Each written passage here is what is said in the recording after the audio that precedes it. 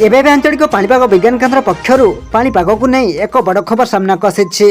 सूचना अनुजाई आसंता 13 तारिख में बंगोपसागर में सृष्टि हो पारे लघुचाप। ओडिशा रे प्रबल वर्षा संभावना। राज्य में वर्षा जारी रही बेले उत्तर पश्चिम बंगोपसागर और ताहार पार्श्ववर्ती अंचल में अगस्ट 13 तारिख सुधा एक लघुचाप क्षेत्र सृष्टि होवार संभावना रही भारतीय पाणीपाग विभाग आईएमडी सूचना देइछि। तेबे आसंतु आजिर पाणीपाग विस्तृत खबर पर नजर पकाइबा। आसंता 13 तारिख में बंगोपसागर में सृष्टि हो पारे लघुचाप। यार प्रभाव में ओडिशा रे प्रबल वर्षा संभावना रही।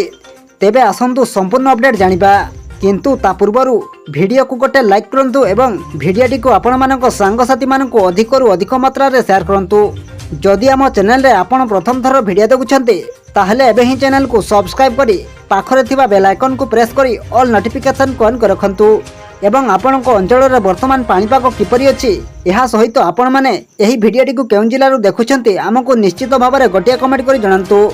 पाणीपाग विभाग पक्षर प्रकाशित रिपोर्ट अनुसार वर्तमान उत्तर पश्चिम बंगोपसागर एवं यार आखपाख अंचल में एक घूर्णिबलय सृष्टि होइछि, जहाँ समुद्र पतन ठारू प्राय 3.1 किलोमीटर उच्चता पर्यंत व्यापीछि।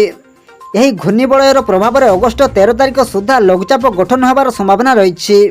भारतीय पाणीपाग विभाग पूर्वानुमान अनुजाई अगस्ट 13 तारिख बेलू उत्तर पश्चिम बंगोपसागर और यार संलग्न अंचल में एक लघुचाप क्षेत्र सृष्टि हो पारे। यार प्रभाव में ओडिशार विभिन्न अंचल में वर्षा बढ़िबार संभावना रही। आज मध्य राज्यर अनेक जिले में हालुकारू मध्यम धरणर भारी वर्षा नहीं पाणीपाग विभाग पूर्वानुमान करिछि।